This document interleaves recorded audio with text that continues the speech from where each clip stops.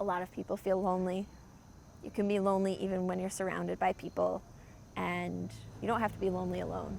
And so that's part of what this conversation is trying to do, is to say there are a lot of people who are lonely. There are also a lot of points of connection available. And can we just kind of bring those things into the light so people know where they are? We're all hosting this series called Together in a Loneliness Epidemic. Temple Beth Sholom, Edwards Church, Open Spirit, Greater Framingham Community Church, and the Framingham Interfaith Community Association. We have so far 3 events planned. We're just trying to have some conversations about why we feel lonely, what we're doing about it, and to sort of gather everybody's different ideas about how we're combating this epidemic, because we think there's probably a lot out there, and we just kind of want to hear from each other and do this together. What do you think the loneliness kind of stems from? I don't think it's an obvious answer. I think it's probably a lot of things. The world is so big and scary, the world changes so quickly, and people kind of just get lost in the chaos and want more out of their relationships, but that's hard to accomplish, either because you're working, or because the pandemic has made you afraid, or because there's so much going on that could disrupt someone's ability to form connections and make healthy relationships. And I think that, people are just struggling right now. I feel like through COVID, loneliness got talked about a bit more. Do you think that brought more awareness to loneliness, or do you think it's still something that isn't talked about as much as it should be? I think it brought some more awareness. I think that, so this series was inspired by the Surgeon General's book called Together, and he talks about how this epidemic was going on before the other epidemic, the big epidemic, right? The loneliness epidemic was happening.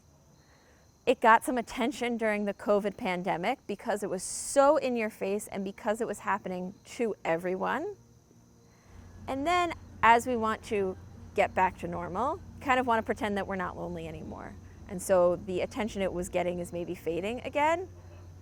But I think it's probably been here pretty steadily the whole time, and sometimes we see it and sometimes we don't, and sometimes we want to deal with it, and sometimes there's a lot of shame involved in being lonely. There's a lot of value placed on this sort of like rugged individualism and being self-sufficient and being okay. And even though we've obviously made lots of progress about mental health issues, there's still a lot of stigma, there's still a lot of shame. And so physical isolation made it okay to say, I'm lonely. But now that we're not as physically isolated, we're embarrassed that we're still emotionally feeling alone. And we shouldn't be, because it's happening to everybody. Nobody should be ashamed to be lonely, because everybody has experienced loneliness. And so you don't have to make yourself more alone by being embarrassed about it.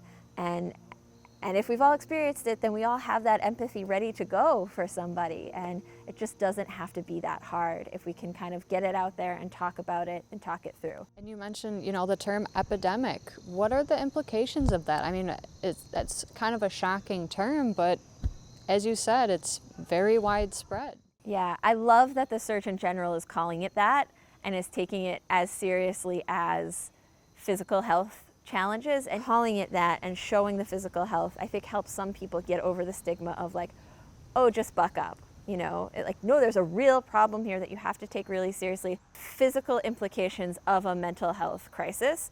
There's stuff about the risk of heart disease, the increased risk of mortality, the increased risk of cognitive decline and dementia. It's not just on that person to go out and make friends. It's this is something that the community and that person's family and health professionals and whoever's taking care of them need to take that seriously as a health crisis too. The schools are trying to deal with it, the senior centers are trying to deal with it, every sort of nonprofit or social service agency is trying to address this. So I think that starting this conversation, and the more community organizations that can connect, the better.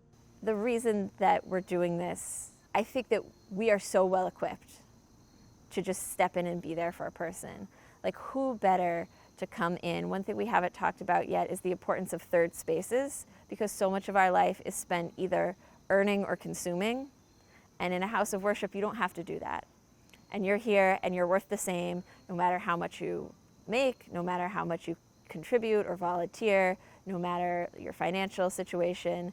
And so these kind of faith-based organizations are a great equalizer in some ways, that we can be there. It's so subtle when somebody's lonely, and you might think that someone's doing great who's not, but it almost doesn't matter in a house of worship or in a faith community, because we're treating everybody the same anyway. We want to be here, we want to be connected, we want to be social, we want to value everybody the same. I just want you to be here. And that's a great step in solving loneliness. You don't have to prove your worth to me. I'm just happy that you're here. And that's a great place to go if you're feeling lonely and unconnected and like not sure of what you can do. And there are tons of organizations in the city doing that too. So the more of us who can get together and kind of lift that up, the better. Rabbi, thank you so much Oh my for your goodness, time. it's my pleasure. Thank you, thank you.